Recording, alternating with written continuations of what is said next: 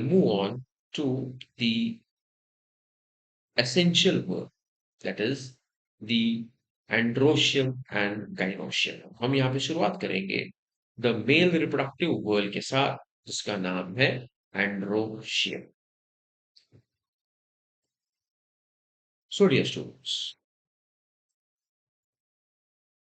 what is the androecium?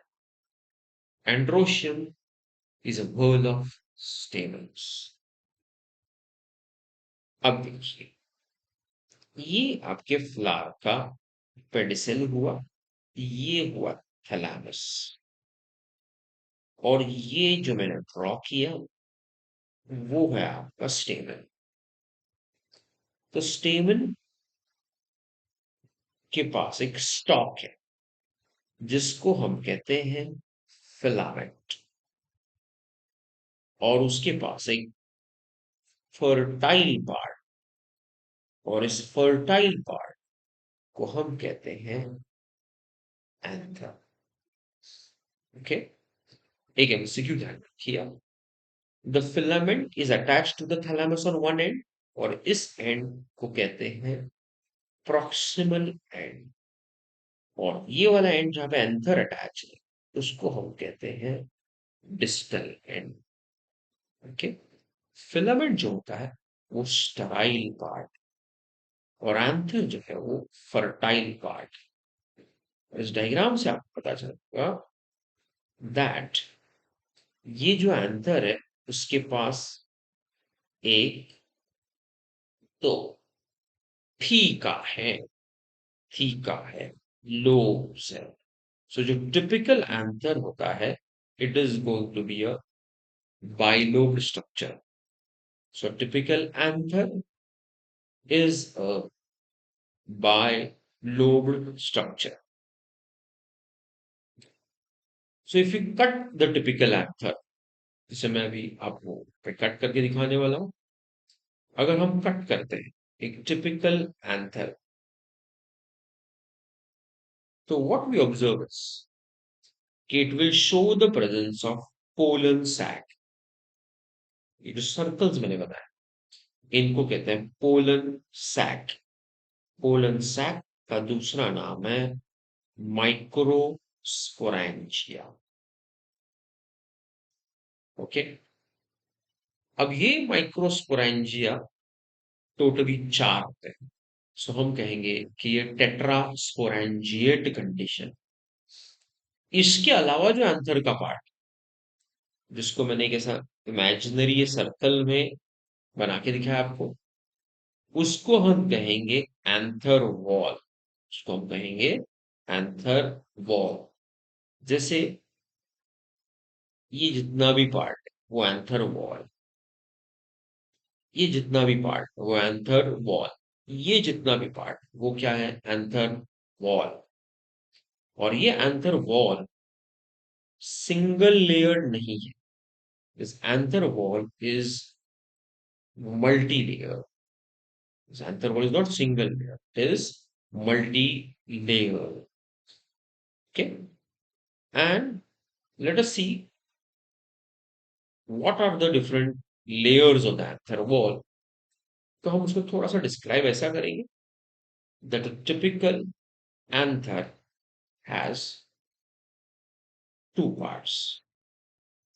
One, the pollen sac, which is called microsporangia. Yes. The other part is the anther wall. And the anther wall is multi-layer. इसका जो outermost layer, that is called epidermis. The second layer is called endothecia. The third layer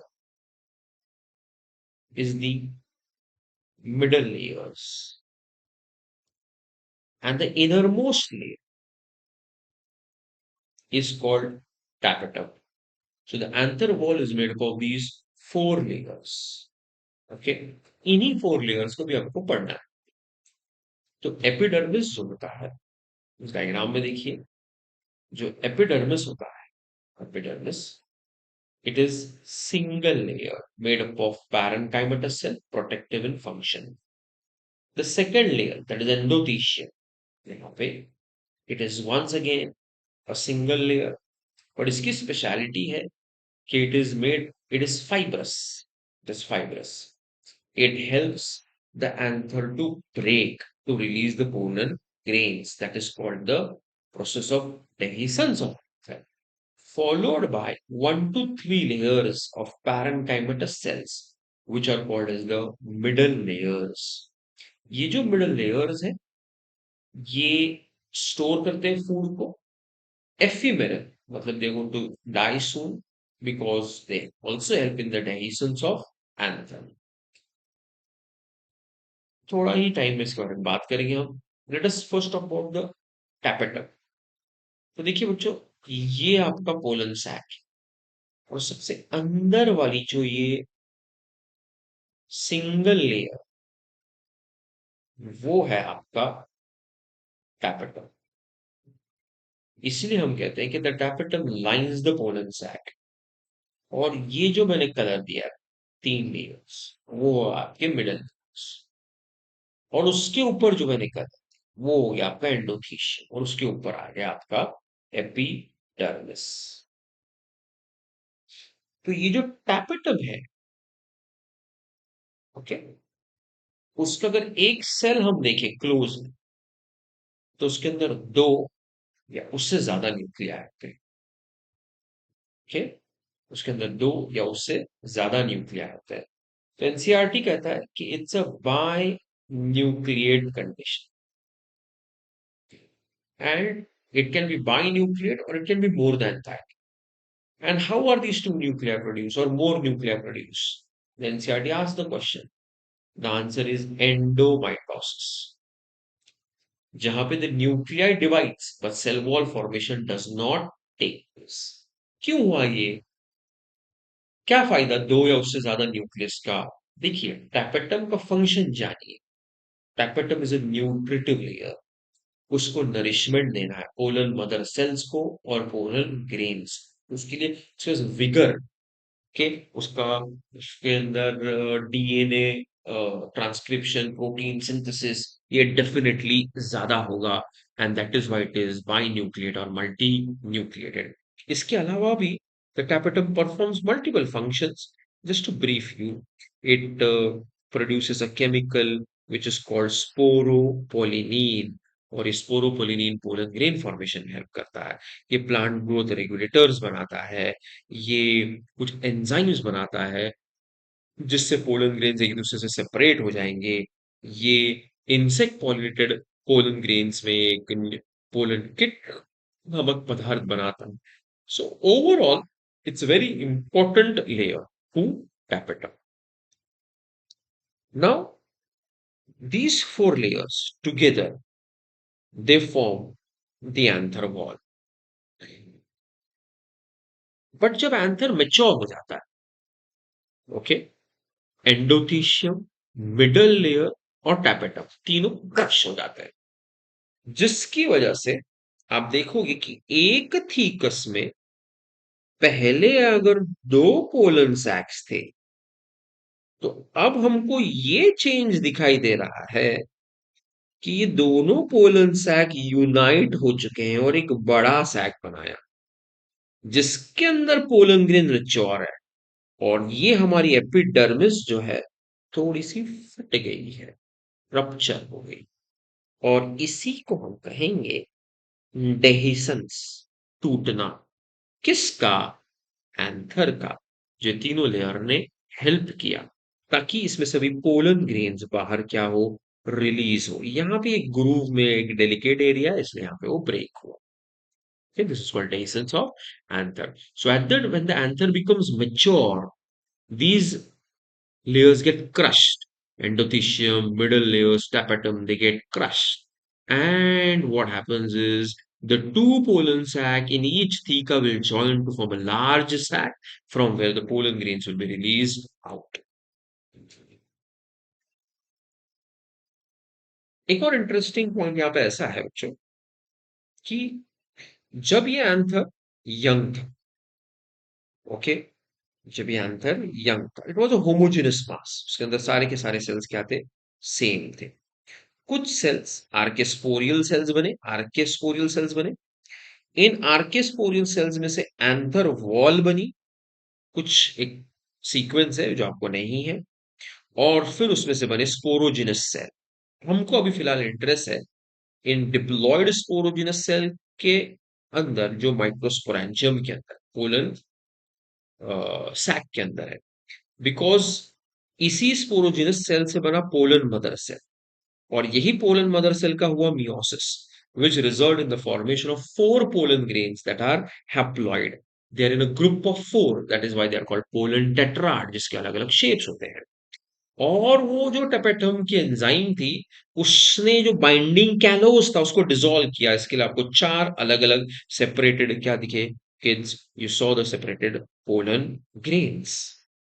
okay, so here we remember that the pollen mother cell undergoes meiosis, resulting in the formation of pollen grains.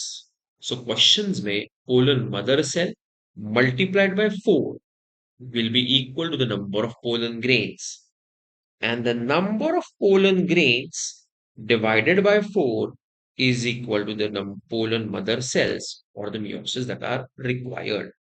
तो ये एक MCQ के लिए ध्यान में रखना आपको जरूरी है। इससे ये पता चला कि अब ये पोलन ग्रेन फॉर्म हो गया है, ये हैप्लॉइड है, ये मेल गैमेटोफाइटिक जनरेशन का पहला सेल है, और ये मैच्योर मेल गैमेटोफाइट नहीं है, ये मैच्योर मेल गैमेटोफाइट है, जिसका शेप अलग अलग होते हैं। भले ही हमने यहाँ पे स्पेरिकल लिखा है, शेप अलग अलग हो सकते हैं, और इसका 25 टू 50 म्यू डायमीटर साइज होता है।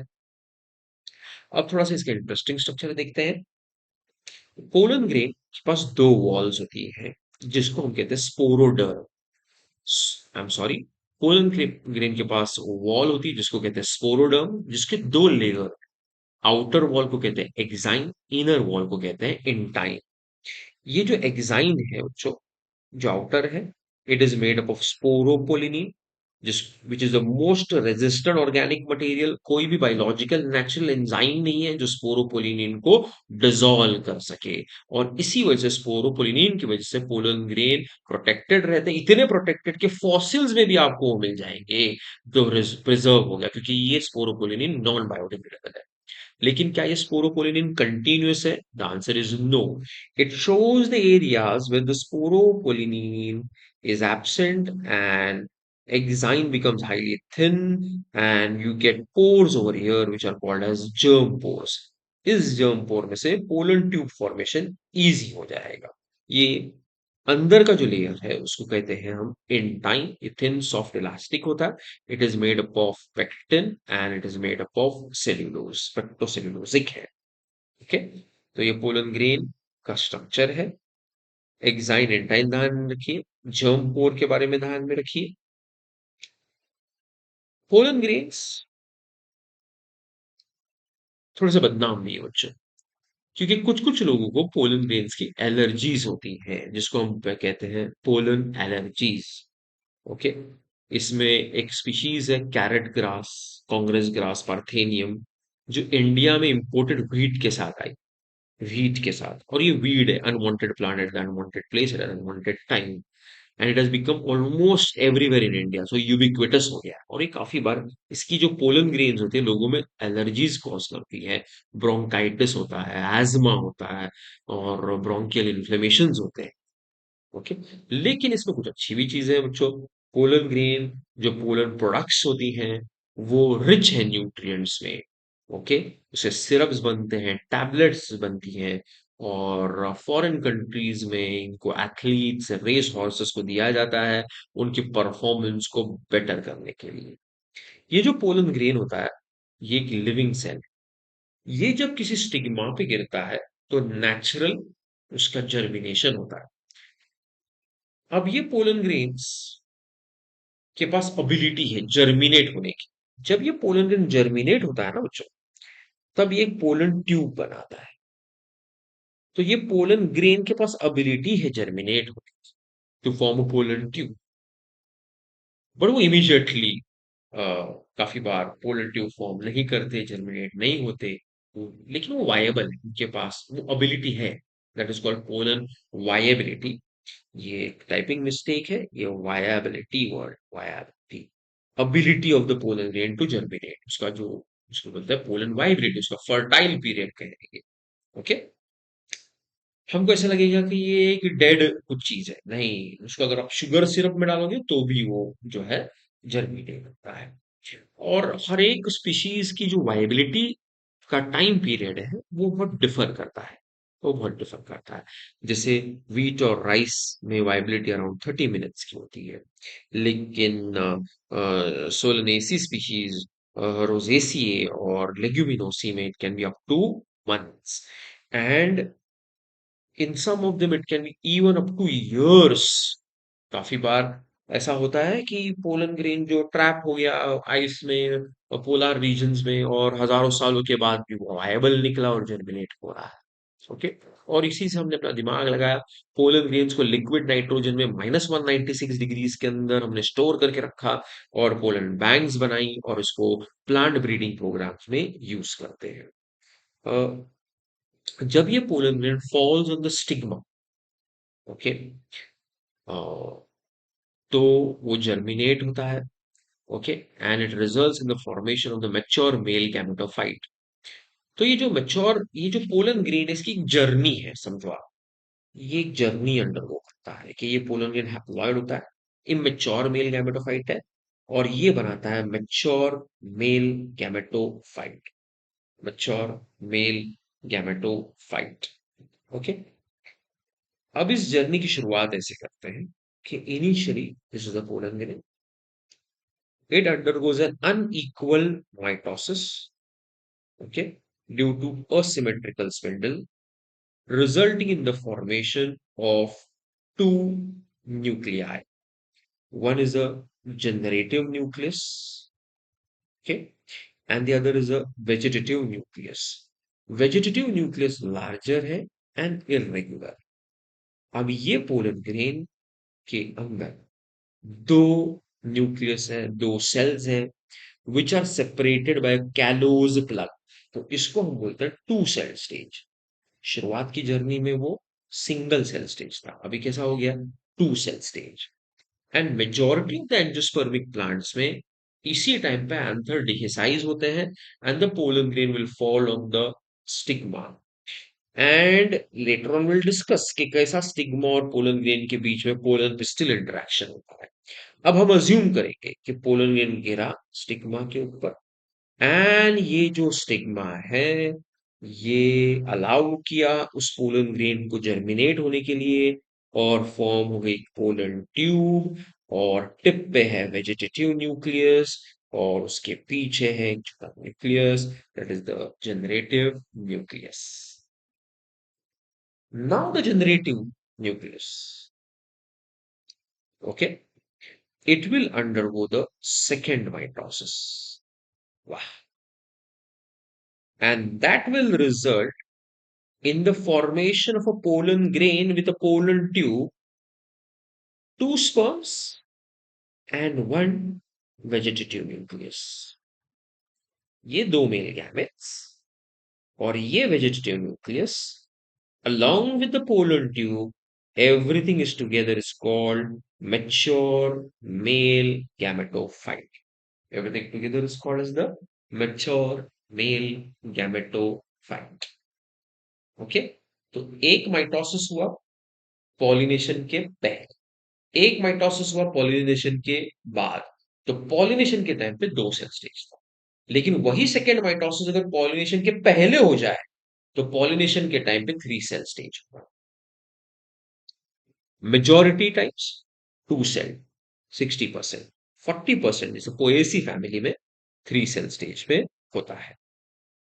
ओके, सो ये हमने कहा, ये किया हम लोगों ने development of the mature male gametophyte.